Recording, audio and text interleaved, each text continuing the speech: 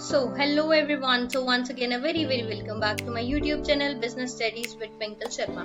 आज करेंगे हम अपना चैप्टर 6 स्टाफिंग. आज हम करेंगे इसका पार्ट 1. पार्ट 1 में बेसिकली आप लोग कंसेप्ट देखोगे कि स्टाफिंग एक्चुअल में होता क्या है, उसकी इंपॉर्टेंस हो गई, नीड हो गई, एडवांटेजेस हो गए, प्लस उसका प्रोसेस हो गया. तो इसका पार्ट 2 है वो थोड़ा सा लेंथी होने वाला है क्योंकि वहां पे हम कंपोनेंट्स की बात करेंगे. ठीक है, कंपोनेंट्स में भी क्या क्या आएगा कि आपकी रिक्रूटमेंट क्या होता है, सिलेक्शन है, ट्रेनिंग है, तो ये सारी चीजें हैं जो आपकी पार्ट 2 में है. तो स्टार्ट करते हैं आज की वीडियो बिना टाइम वेस्ट करें. स्टाफिंग. अब स्टाफिंग क्या होता है? अभी आपको देखा होगा आप लोगों ने कि जब हम मैनेजमेंट का मीनिंग पढ़ रहे थे तो मैंने आपको एक डेफिनेशन दी थी जहां पे मैंने आपको बोला था कि management is the process of planning, organizing, staffing.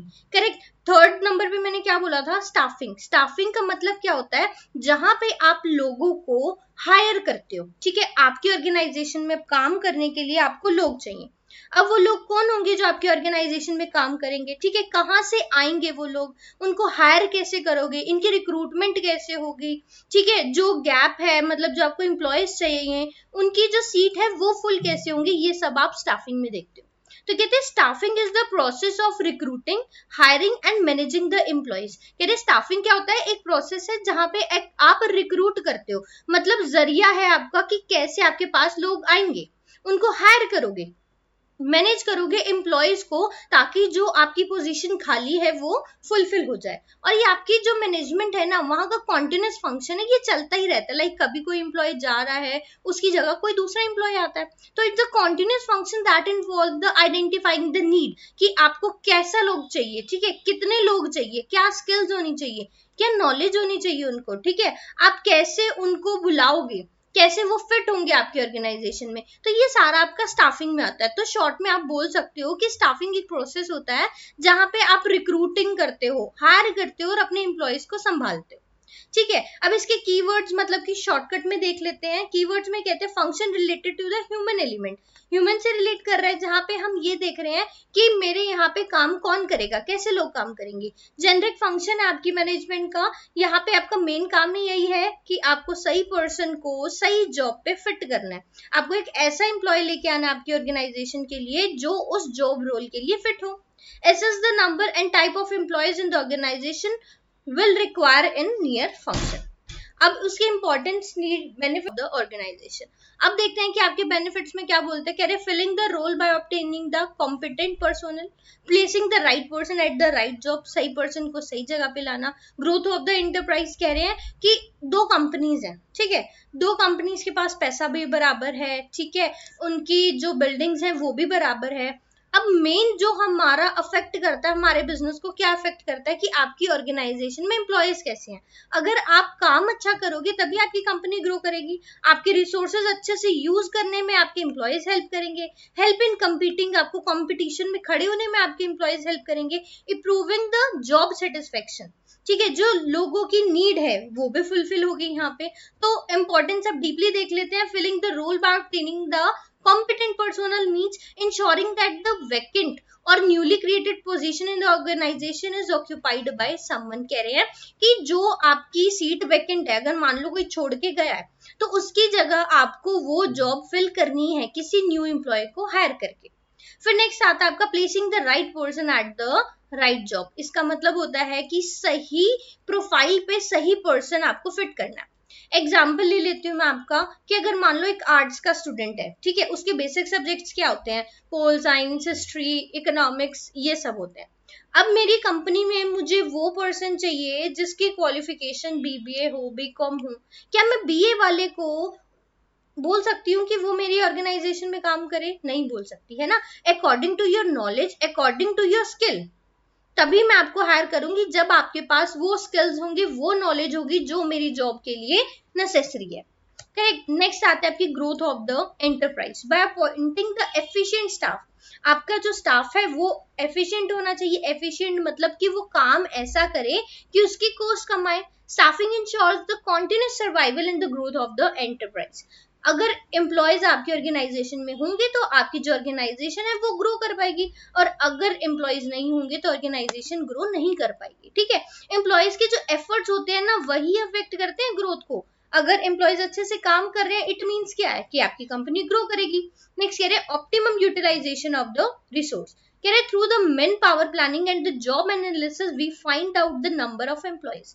कह रहे कि मुझे कितने लोग चाहिए, कितने लोग मेरे यहाँ काम कर रहे हैं, उसके अकॉर्डिंगली मैं एनालाइज करती हूँ कि कितने एम्प्लॉयज मेरे पास हैं और कितने एम्प्लॉयज मुझे चाहिए। ठीक है, तभी मुझे पता चलेगा ना कहाँ कमी आ रही है। तो ये सारी चीजें भी कौन फुलफिल करता है, हमारा स्टाफिंग का फंक्शन करता है। नेक्स्ट कहते हैं हेल्प इन कंपीटिंग। आपकी ऑर्गेनाइजेशन, मैंने अभी आपको एग्जांपल दिया था कि दो ऑर्गेनाइजेशन है, ठीक है, दोनों के पास सेम बिल्डिंग है, सेम पैसा है, रिसोर्सेज सेम है, तो डिफरेंस कहाँ पे आता है, जिसके पास एम्प्लॉयज अच्छे होंगे ना, जिसका स्टाफ एफिशिएंट होगा, वो ऑर्गेनाइजेशन है वो ग्रो करती है। Improve the job satisfaction and the moral of the employees. Staffing function does not and only with the appointment of the employees. जब का स्टाफिंग का फंक्शन है ना, बस लोगों को हायर करने तक का नहीं होता।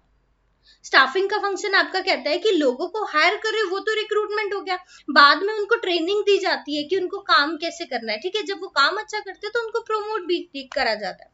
प्रमोट मतलब पोस्ट इंक्रीज करी जाती है, प्लस उनको कंपेंसेशन भी प्रोवाइड किया जाता है।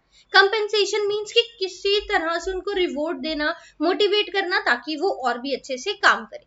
नेक्स्ट आता है आपका स्टाफिंग का प्रोसेस। आप कहोगे मैम स्टाफिंग कर रहे हो, आप इतनी देर से बता रहे हो स्टाफिंग में ये होता है, हम लोगों को हायर करते हैं। अब लोगों को हायर करने का हमारा तरीका भी क्या होता है, देखो फर्स्ट स्टेप आता है आपका estimating the man power. Next आता है आपका रिक्रूटमेंट। सेकंड आता है आपका रिक्रूटमेंट। थर्ड आता है आपका सिलेक्शन। फिर आता है आपका प्लेसमेंट, ओरिएंटेशन। फिर आता है ट्रेनिंग एंड डेवलपमेंट।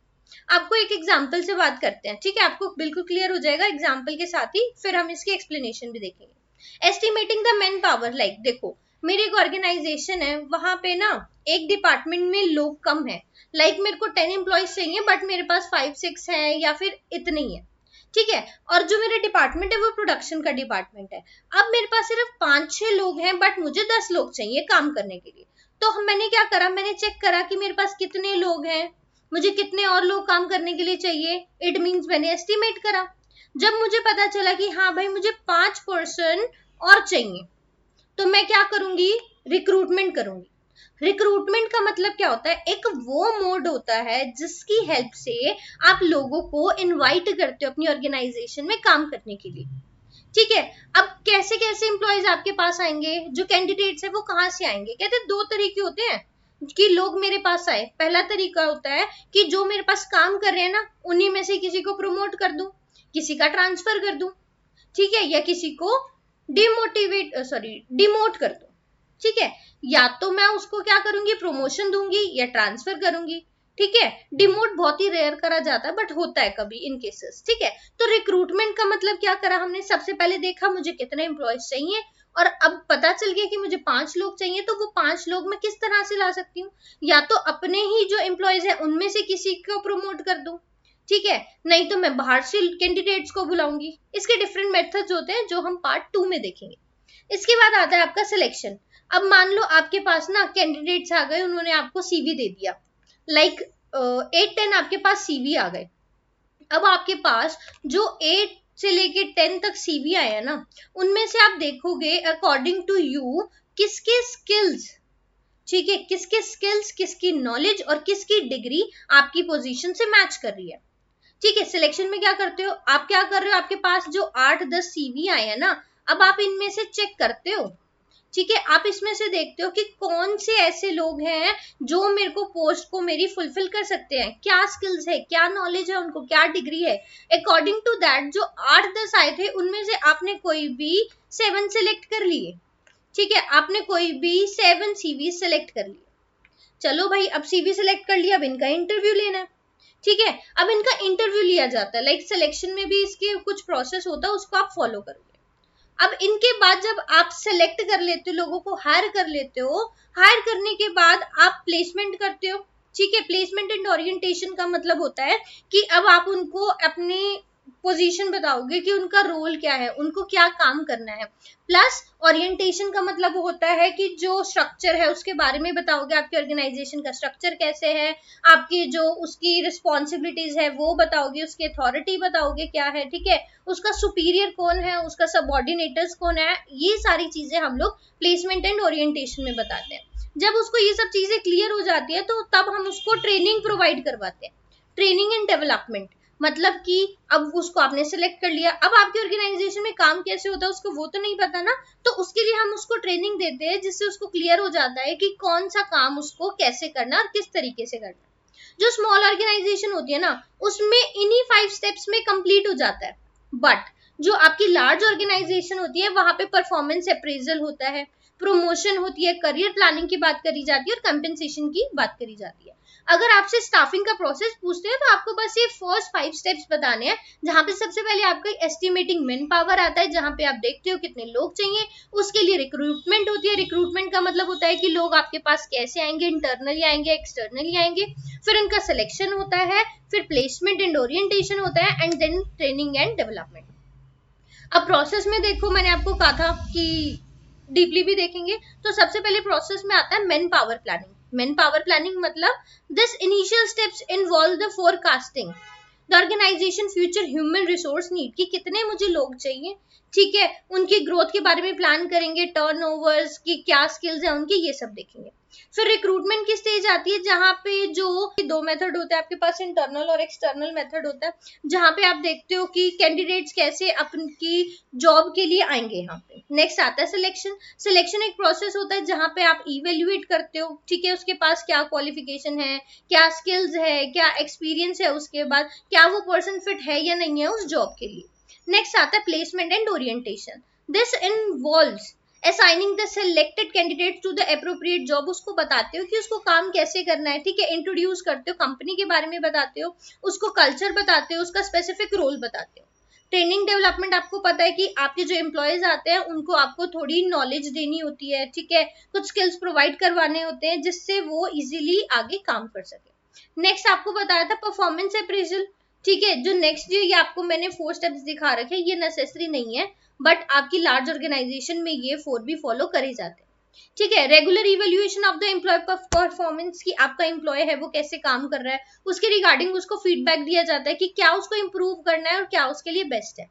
फिर प्रमोशन की बात करते हैं उसकी, ठीक है, as employee develop and demonstrate their capabilities, opportunities for the promotion. थोड़े टाइम बाद उनको प्रमोशन की भी अपॉर्चुनिटी मिलती है। अगर वो काम अच्छा कर रहे हैं तो क्या होता है, उनका ट्रांसफर भी कर दिया जाता है क्योंकि उनका एक्सपीरियंस अच्छा हो जाता है। कंपेंसेशन भी प्रोवाइड करवाते हैं, लाइक कि उनको मोटिवेट करने के लिए उनका पे स्केल इंक्रीज कर देना। करेक्ट, यही था आज की वीडियो में, जहां पे आपने अपना प्रोसेस देख लिया, स्टाफिंग का इंपॉर्टेंस देख ली, और आप यही था आज की वीडियो में। अगर आपको मेरी वीडियो अच्छी लगी so please like my video and subscribe to my channel. Thank you.